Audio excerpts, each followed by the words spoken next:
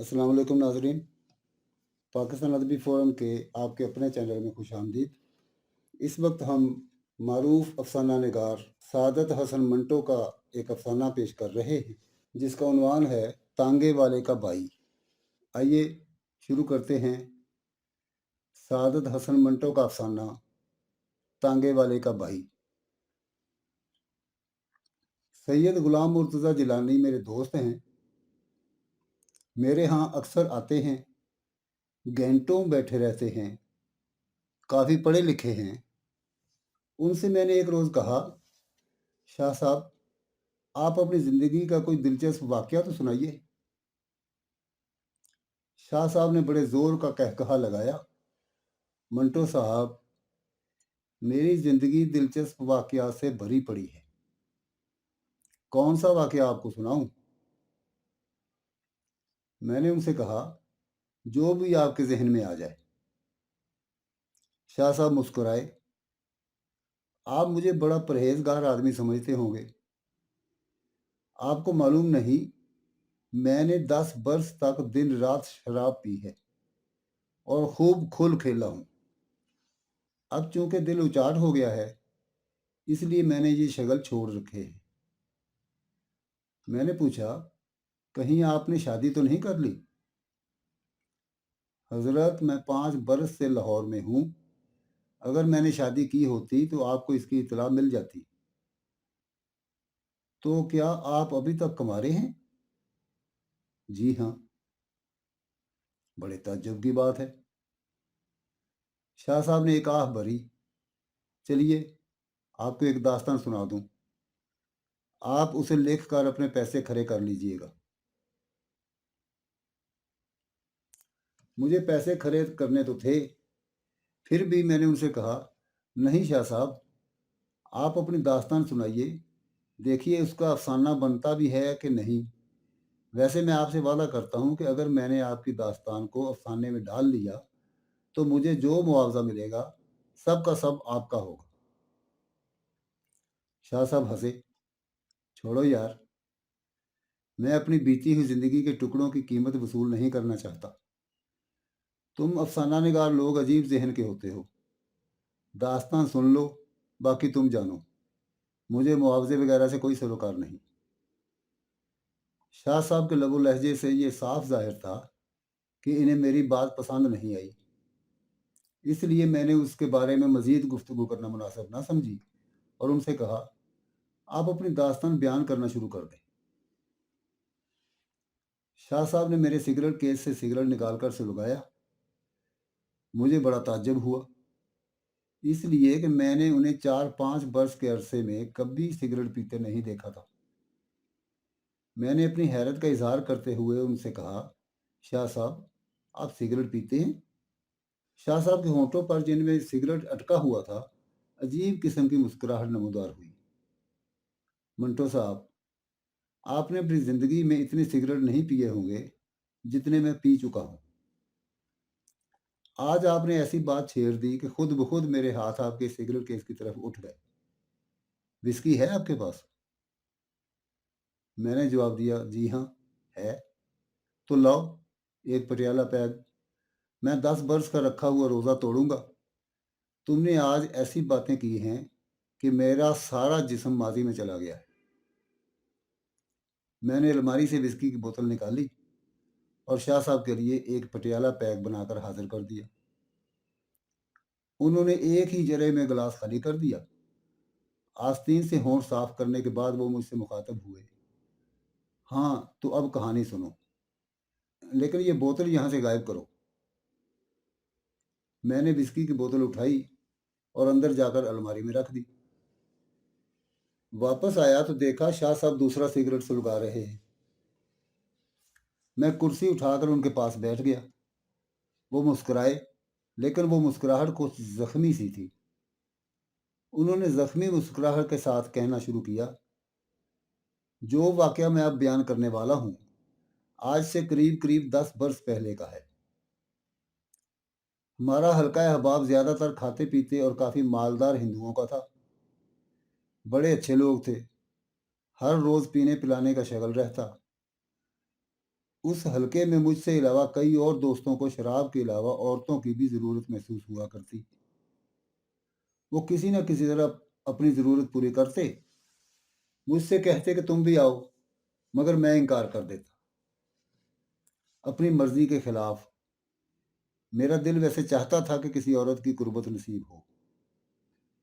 मैंने शाह साहब से कहा, आपने शादी क्यों ना कर ली? शाह साहब ने जवाब दिया, मैंने सच पूछो तो इसके मुतल्लिक कभी सोचा ही नहीं था।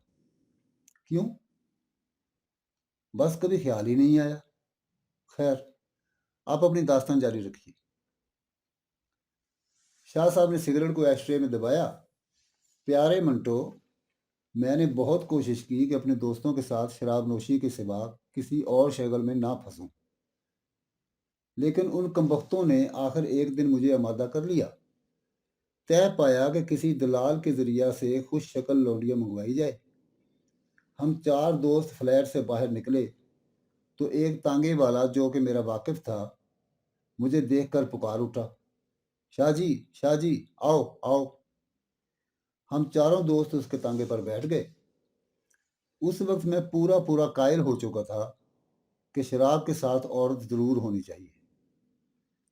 चुनाचे मैंने अपनी सारी शराफत अपनी जेब में डाल के उसके कान में कहा कि वो किसी लौंडिया का बंदोबस्त कर दे। जब उसने ये सुना तो वो बौचका सा होकर रह गया। उसको यकीन नहीं आता था कि मैं कभी ऐसी वाहियात बात करूंगा।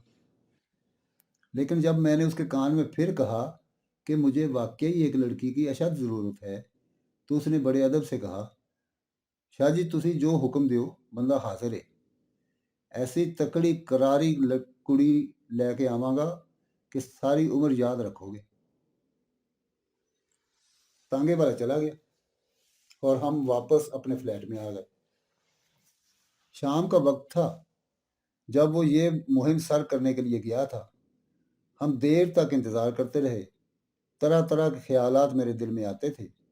वो कुंवारी लड़की किस किस्म की होगी, कहीं कोई बाजारी औरत तो ना निकल आए। हम जब इंतज़ार करते करते थक गए तो ताश खेलना शुरू कर दी। रात के 12 बज गए। हम मायूस होकर बाहर निकले तो देखा कि तांगे वाला घोड़े के चाबुक लगाता चला आ रहा है। पिछली नशिस्त पर एक बुर्का पोश औरत बैठी थी। मेरा दिल धक धक करने लगा। तांगे वाले ने मुझसे कहा, शाह जी, जो माल मैं लेने गया था वो दसावर चला गया है। अब ये दूसरा माल बड़ी कोशिशों से ढूंढ कर लाया हूँ। मैंने उसको 5 रुपए दिए। फिर हम चारों दोस्त सोचने लगे कि इस बुर्का पोश औरत को कहाँ ले जाएं। अपने फ्लैट में ले जाना ठीक नहीं था, इसलिए कि मोहल्लादारी थी। लोग चाहे हमें गोइयाँ करते, बात का बतंगा बन जाता, खाम खा एक फसीहता हो जाता। चुनाचे हमने फैसला किया कि अपने दोस्त रहमान के पास चलें। रात के 1 बजे के करीब हम उस बुर्का पोश औरत के हमरा रहमान के मकान पर पहुंचे। बहुत देर तक दस्तक देने के बाद उसने दरवाज़ा खोला। कंबल ओढ़े था, उसे गालबन बुखार था। मैंने उसको सारी बात दबी ज़बान में बताई तो उसने भी दबी ज़बान ही में कहा, शाह जी, आपको क्या हो गया है?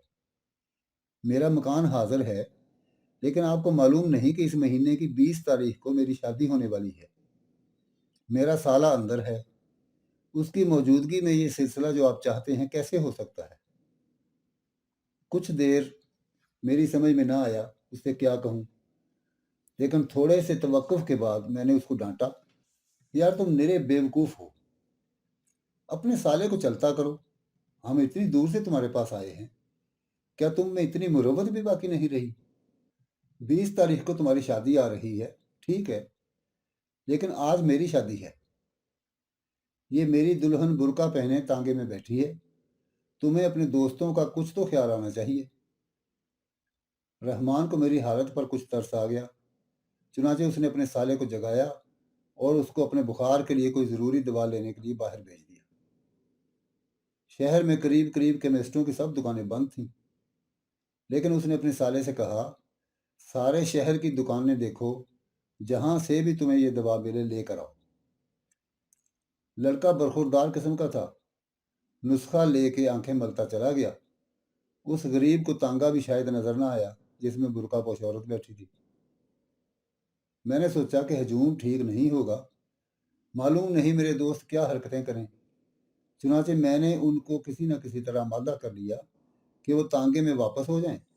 5 रुपए तांगे वाले को और दे दिए, मगर उसने बुर्का पोश सवारी उतारी तो कहा, हजूर इसकी फीस तो देते जाइए।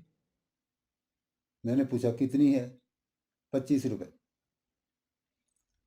मैंने जेब से नोट निकाले और गिन कर 5-5 के 5 नोट उसके हवाले कर दिए और उस बुर्का पोश औरत को अपने दोस्त के मकान में ले आया। रहमान को बुखार था, वो अलहदा कमरे में जाकर लेट गया। मैं बहुत देर तक उस बुर्का पोश औरत से गुफ्तगू करता रहा। उसने कोई जवाब ना दिया और ना अपने चेहरे से निकाब ही हटाया। मैं तंग आ गया। उसको टटोला तो वो बिल्कुल सपाट थी। आखिर मैंने जबरदस्ती उसका बुर्का उलट दिया। मेरी हैरत की इंतहा न रही जब देखा कि वो औरत नहीं, हिजड़ा था, नहायत मकरूह किस्म का। मुझे सख्त गुस्सा आया। मैंने उससे पूछा, ये क्या वाहियातपन है? उस हिजड़े ने, जिसके चेहरे पर रुओं का नीला नीला गुबार मौजूद था, बड़े नस्वानी अंदाज में जवाब दिया, मैं तांगे वाले का भाई हूँ। शाह साहब ने उसके बाद मुझसे कहा, मंटो साहब, उस दिन के बाद मुझे इस सिलसिले से कोई रगबत नहीं रही। दोस्तों, ये था शहादत हसन मंटो का अफसाना तांगे वाला का भाई। उम्मीद है कि आपको ये वीडियो पसंद आई होगी। अगर आपको ये वीडियो पसंद आई हो तो इसे लाइक करके अपने दोस्तों के साथ शेयर करें और हमारे चैनल को सब्सक्राइब करें और साथ ही बेल आइकन को भी प्रेस कर दें ताकि हमारी हर आने वाली वीडियो का नोटिफिकेशन आपको मिलता रहे। मिलते हैं बहुत जल्द ऐसे ही एक और अदब पारे के साथ। तब तक के लिए इजाज़त। अल्लाह हाफिज़।